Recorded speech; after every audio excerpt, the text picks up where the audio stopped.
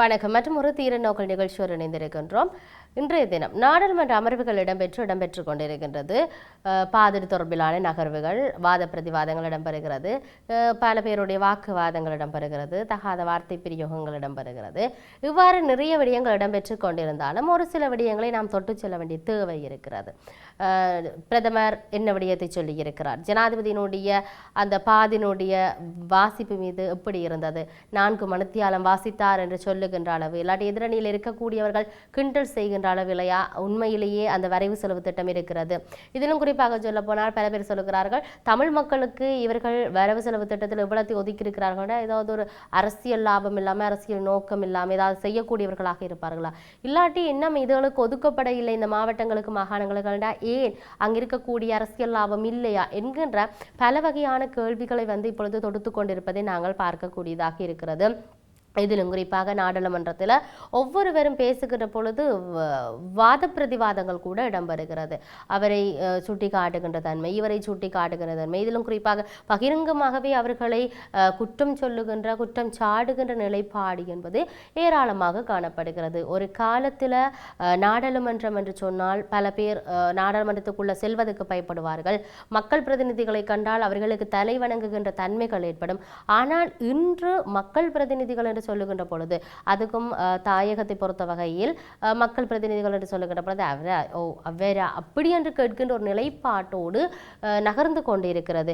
இப்பொழுது மக்களிடத்தில் ஒரு மரியாதையும் அவர்களிடத்தில் அவர் மீதான ஒரு நம்பிக்கையும் இருக்குமாயின் அவர் எவற்றை பேசினாலும் கண்மூடித்தனமாக நம்புகின்ற மக்கள் ஒரு காலத்தில் இருந்தார்கள். ஆனால் இப்பொழுது மரியாதை நம்பிக்கைத்தன்மை என்பதை தாண்டி அவர்கள் பேசுகின்ற ஒவ்வொரு விஷயமும் சரியா என்று ஆய்வுகளை செய்து பார்க்கின்ற இல்லாட்டி அது சார்ந்தான தேடல்களை தேடுகின்ற தன்மைகள் என்பது நாளுக்கு நாள் அதிகரித்திருக்கு. ஆகவே மக்கள் நலன் சார்ந்து நான் நாடாளுமன்றத்தில் இதை கதைப்பேன் அதை கதைப்பேன் என்று பலவிதமான விடயங்களை கதைத்தாலும் நன்றாக தெரியும் அவர்களுக்கு எது சரி இது பிழை எது சரி என்கின்ற நிலைப்பாடு அவர்களுக்கு தெரியக்கூடியதாக இருக்கிறது. ஆகவே அந்த நிலைப்பாடில் மக்கள் மிக அவதானமாகவும் தெளிவாகவும் இனி வருகின்ற காலங்களில் இருப்பார்கள், இப்பொழுது இருக்கின்றார்கள் என்பதை நாங்கள் இந்த இடத்தில் ஞாபகப்படுத்துகின்ற பொழுது, நாடாளுமன்ற அமர்வுகளில் பல பேர் பல கருத்துக்களை சொல்லியிருந்தாலும் பிரதமர் கலாநிதி ஹருணி அமரசூரிய சொல்லுகிறார், எதிரணிகள் ஒன்றிணைவுதான் பல கட்சி முறைமைக்கு அச்சுறுத்தலாக மாறியிருக்கு.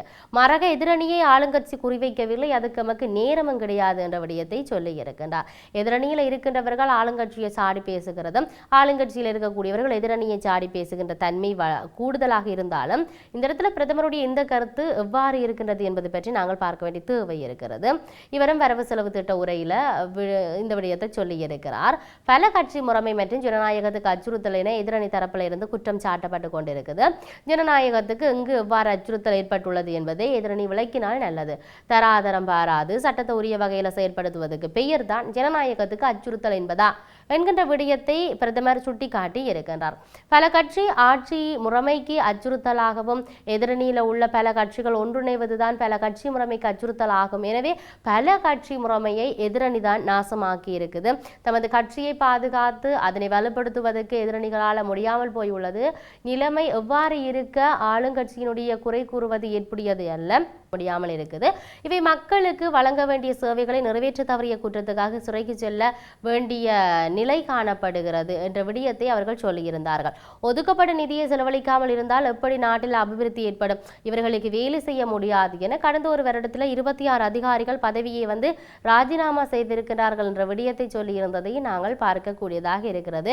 உண்மையில் ராஜினாமா செய்த ஒரு விடயம் இல்லாட்டி நாட்டில் இவை இட்டுக்கொண்டு ஒதுக்கப்பட்ட நிதிகளை அவர்கள் தகுந்த முறையில் பயன்படுத்தவில்லை என்பதை நாங்கள் கடந்த ஆண்டுகளில் பார்க்கக்கூடியதாக இருந்தது. விடயங்கள் சார்ந்து பேசுகின்ற பொழுது பகிரங்கமாக அங்கு அந்த கூட்டத்தில் சொல்லப்பட்டிருந்தபடி இந்த நிதிகள் ஒதுக்கப்பட்டிருந்தும் பல வேலை திட்டங்களை முன்னெடுக்க முடியாமல் போயிட்டு, ஆகவே அங்கு இருக்கக்கூடிய மக்கள் பிரதிநிதிகள்ல அந்த சிவில் சமூகத்தினராக இருக்கட்டும் இல்லாட்டி உயர் அதிகாரிகளாக இருக்கட்டும் பல பேர் கேட்டிருந்ததை நாங்கள் பார்க்கக்கூடியதாக இருந்தது. குறிப்பாக சொல்லப்போனால் இந்த நிதியை மீண்டும் பெற்றுத்தர முடியாமல் இருக்குமா, பெற்றுத்தரக்கூடியதாக இருக்குமா, நாங்கள் அந்த வேலை திட்டங்களை முடிப்பதற்கு செய்வதற்கு கால நேரம் என்பது எங்களுக்கு போதிய அளவில் இல்லாதால தான் இந்த வேலை திட்டத்தை வந்து முற்றுப்பெற முடியாத நிலைப்பாடு இருந்தது. அதனால தான் இந்த வேலை திட்டங்களை ஆரம்பிக்க முடியவில்லை என்கின்ற பல வகையான கதைகளையும் அந்த கருத்து முரண்பாடுகளையும் கருத்து சமர்ப்பிப்பதிலையும் நாங்கள் பார்க்கக்கூடியதாக இருந்ததாக இந்த இடத்தில் சிந்திக்க வேண்டிய ஒரு விடயம் இருக்கிறது.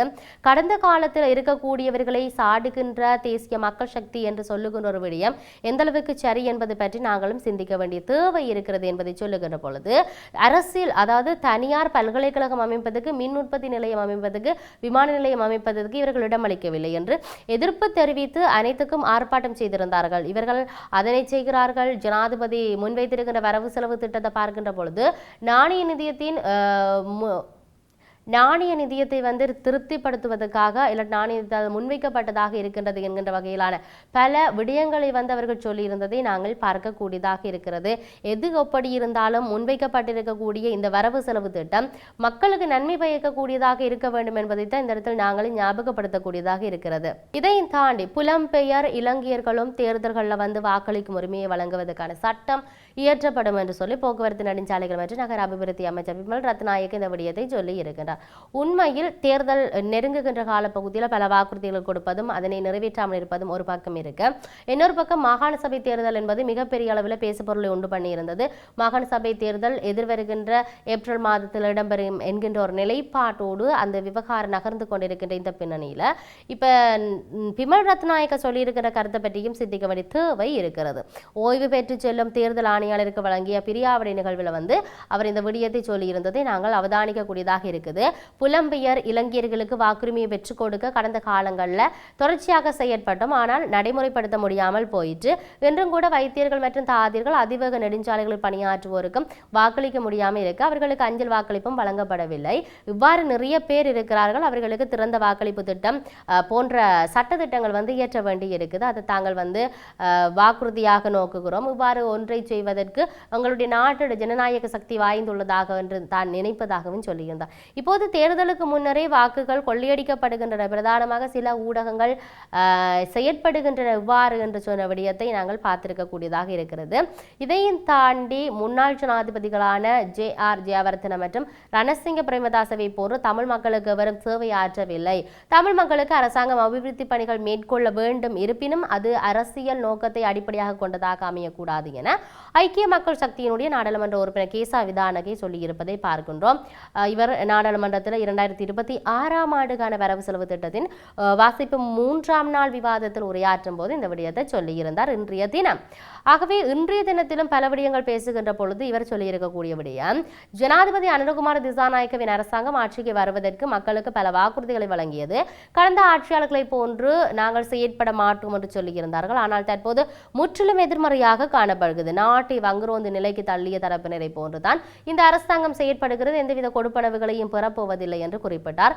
சகல கொடுப்பனவுகளையும் ரகசியமாக பெற்றுக் கொள்கிறார்கள். அரசியல்வாதிகளுக்கு அரசியல் அமைப்பால் வழங்கப்படுகின்ற சிறப்பு சலுகைகளை பெற்றுக் கொள்ளுங்கள், அதில் நமக்கு எந்த பிரச்சனையும் கிடையாது. ஆனால் மக்களை ஏமாற்றித்தான் தற்போது பிரச்சனையாக இருக்கிறது. அவர்கள் ஏமாற்றுறது தான் மிகப்பெரிய பிரச்சனையாக இருக்கிறது என்ற விடயத்தை அவர்கள் சொல்லி இருப்பதை நாங்கள் பார்க்கக்கூடியதாக இருக்கிறது.